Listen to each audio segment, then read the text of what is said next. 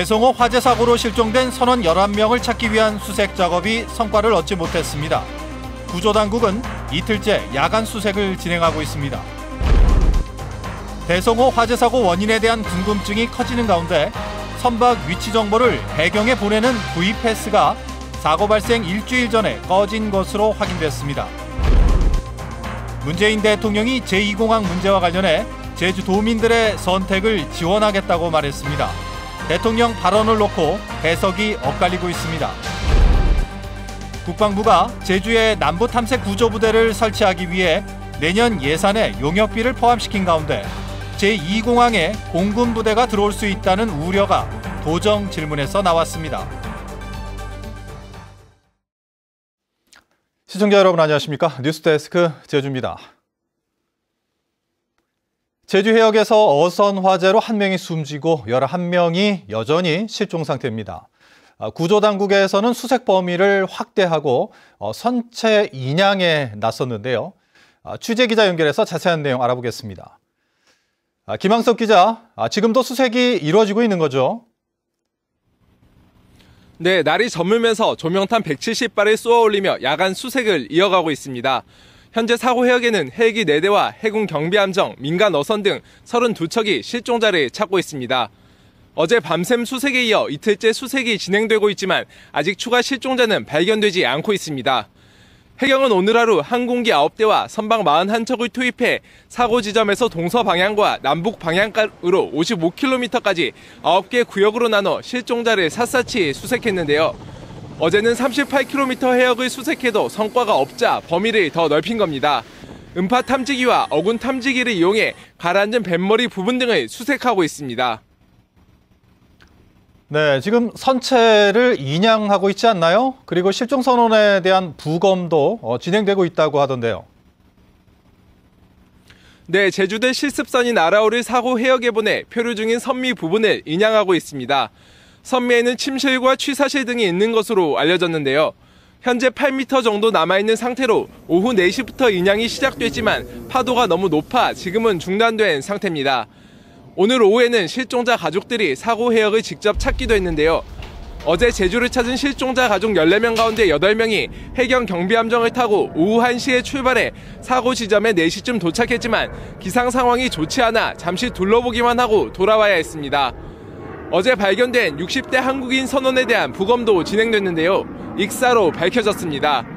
발견 당시 속옷 차림에 온몸에 화상을 입은 모습이었는데 부검 결과 화염에 노출된 시간은 짧은 것으로 나타나 불이 나고 얼마 되지 않아 바다로 뛰어들었을 가능성이 높아 보입니다. MBC 뉴스 김항섭입니다. 실종자 수색이 난항을 겪고 있는 가운데 사고 원인에 대한 궁금증이 커지고 있습니다. 선박의 위치 정보를 해경에 보내는 V패스가 사고 발생 일주일 전에 이미 꺼진 것으로 확인됐습니다. 박성동 기자입니다.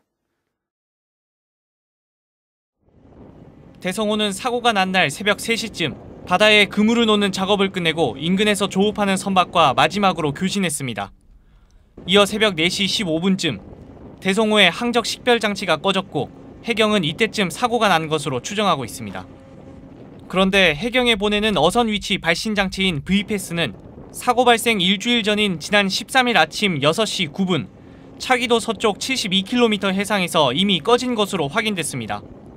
사고 당시 SOS 신호를 발신할 수 있는 장비이기도 한 V패스에 신호가 없었던 만큼 사고가 급작스럽게 발생했거나 기계가 작동하지 않았을 가능성이 있어 보입니다.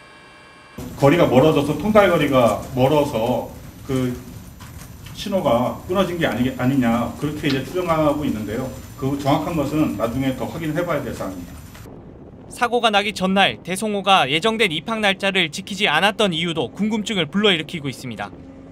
대성호는 지난 18일 저녁 8시 40분쯤 출발지였던 통영항으로 들어올 예정이었지만 이를 지키지 않고 조업을 계속하다 이튿날 새벽 변을 당했습니다.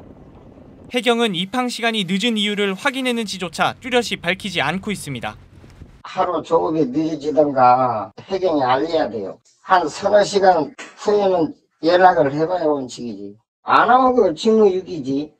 사고 원인에 대한 궁금증이 커지면서 겨울철 어선 화재의 주요 원인인 전기 합선부터 조리실에서의 가스 폭발 가능성까지 제기되고 있는 상황.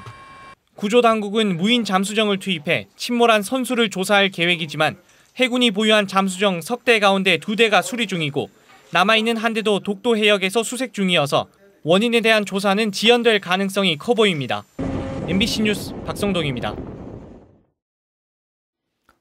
문성혁 해양수산부 장관은 대성호 화재 사고와 관련해 최대한 이른 시일 안에 수색이 성공적으로 끝날 수 있도록 최선을 다하겠다고 밝혔습니다. 문 장관은 오늘 실종자 가족들을 만난 직후 인터뷰에서 현재 가용 세력을 총동원해 광범위하게 실종자를 수색하고 있다며 지금 상황에서 할 수 있는 모든 조치를 하고 있다고 말했습니다. 문재인 대통령이 어제 국민과의 대화에서 제2공항 문제와 관련해 제주도민들이 어떤 선택을 내리든지 적극적으로 지원하겠다고 말했는데요. 이 대통령의 발언이 과연 어떤 의미인지 해석이 분분한 가운데 도의회는 내년 초에 도민 의견 수렴 절차를 진행하기로 했습니다. 조인호 기자가 보도합니다. 120분 동안 진행된 국민과의 대화에서 마지막 질문은 제2공항 공론화를 요구하는 제주도민의 질문이었습니다. 원전 그 갈등을 해결할 때 공론화로 해결하지 않습니까? 그러니까 제주도도 지금 정부나 아니면 도정에서 공론화를 하면 주민 갈등이 훨씬 줄어들 것 같은데 직접적으로 개입하기는 상당히 힘이 듭니다. 그러니 그 선택은 주민들의 결정에 맡겼던 것이고 일단 제주도민들은 제2공항을 선택을 하셨어요. 질문자가 다시 한번 공론화가 필요하다고 주장하자 대통령은 두 번째 답변에 나섰습니다. 지금 이제 제주공항은 지금 완전히 포화 상태여서 공항을 확장하거나 제2공항을 만들거나 하는 일은 필요한 것이거든요. 정부는 제주도민들이 어떤 선택을 하든 그에 대해서 적극적으로 지원한다는 그런 방침을 가지고 있습니다. 이 같은 대통령의 발언을 놓고 원희룡 지사는 제주도민들이 이미 제2공항을 선택해서 공론화는 어렵다고 말한 것이라고 해석했고 이미 제주도민들의 결정이 맡겼고 제주도민들이 일단 그중에 제2공항으로 결정을 했다. 공론화를 찍어서 얘기를 했는데 정부가 관여할 수 없다라는 입장으로 분명히 말씀하셨습니다. 시민단체는 정부가 직접 개입하기 어려우니 도민들이 스스로 공론화로 결정해달라고 말한 것이라고 해석했습니다. 도민들이 결정하면 따르겠다라는 그런 발언을 했는데요. 이 부분은 현재 제주도에서 지금 진행되고 있는 도민 공론화 여론을 좀 따르겠다라는 말로 해석될 수 있기 때문에 한편 도의회 제2공항 갈등에서 특위는 내년 1월부터 3월 사이에 도민 의견 수렴 절차를 진행하기로 했습니다. 이를 위해 다음 달에는 도민 대토론회를 열어 공론조사 실시 여부 등 의견 수렴 방법을 확정하고 내년 4월에는 결의안을 채택해 정부와 국회에 전달하기로 했습니다. MBC 뉴스 조인호입니다. 제2공항 건설에 대한 도민의 뜻을 묻는 공론화와 함께 공군 부대가 들어오느냐가 논란인데요. 오늘 도정 질문에서 이 문제가 다시 제기됐습니다. 보도에 오승철 기자입니다.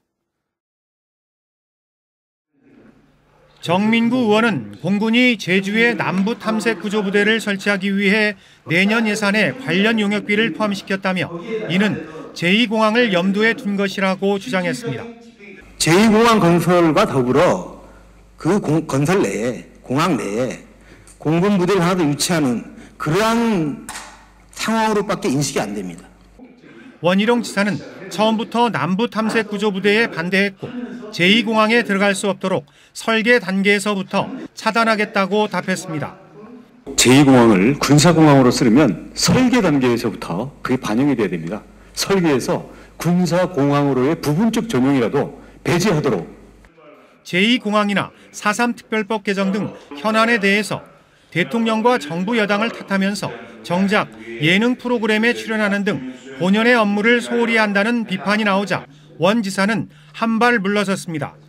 저는 남을 탓하기보다는 제가 역할을 다하고 있는지 여기에 좀 더 비중을 두도록 하겠고 해마다 40억 원씩 적자를 내고 있는 제주관광공사의 외국인 시내 면세점은 너무 낙관적으로 보고 사업을 시작한 게 문제였다며 설수 방침을 밝혔습니다. 위험한 투자였음에도 불구하고 경영에서 잘 했으면 좋은데 부실한 경영이 계속 이루어졌거든요. 우리 도민들의 세금으로 계속 적자를 메꾸는 것은 감당하기 힘들다. 그래서 현재로는 철수를 전제로 대책을 세우고 있습니다. 한라산 모노레일 설치 제안에 대해서는 사전에 환경 문제나 사업성을 충분히 검토하고 수기형 공론조사나 주민투표에 붙여야 될 사안이라며 신중한 모습을 보였습니다. MBC 뉴스 오승철입니다. 연말연시를 맞아 어려운 이웃을 돕는 희망 2020 나눔 캠페인 출범식이 오늘 제주도청에서 열렸습니다. 제주사회복지공동모금회가 내년 1월 말까지 진행하는 캠페인의 모금 목표액은 47억 8,200만 원이며 목표의 1%가 모금될 때마다 제주시청 인근에 설치된 사랑의 온도탑 수은주가 1도씩 올라갑니다. 성금은 제주 MBC를 비롯한 도내 방송사와 금융기관, 읍면동 주민센터에서 접수합니다. 제주 MBC 창사 51주년 특집 다큐멘터리 해녀 항일운동의 기록 나는 해녀이다가 방송통신심의위원회가 주관하는 이달의 좋은 프로그램상 2019년 9월 최우수상으로 선정됐습니다. 방통위는 제주 해녀운동을 다양한 자료와 증언, 전문가 고증을 통해 심층 취재해 역사적 사실을 충실하게 재현했고 특히 해외 해녀 항일운동을 조명해 일제강점기 제주 해녀들의 삶의 현장을 생생하게 전달한 점이 높이 평가된다고 밝혔습니다. 제주에너지공사가 사장 후보자 2명을 최종 결정해 제주도에 추천했습니다. 제주에너지공사에 따르면 에너지공사 임원추천위원회는 지난 18일 후보자 6명을 면접 심사한 결과 최종 후보 2명을 선정해 제주도에 추천했습니다. 최종 후보로 추천된 2명은 제주 출신인 Y씨와 다른 지방 출신인 K씨로 알려지고 있습니다. 원희룡 지사는 이달 중 최종 후보자를 결정한 뒤 제주도의회 인사청문을 요청할 예정입니다. 제주 마늘 생산자협회 준비위원회는 성명을 내고 정부는 제주 마늘을 전량 수매하고 제주도는 마늘 계약 단가로 1kg에 3,200원을 보장하라고 요구했습니다. 뉴스데스크 제주를 마칩니다. 시청해주신 여러분 고맙습니다.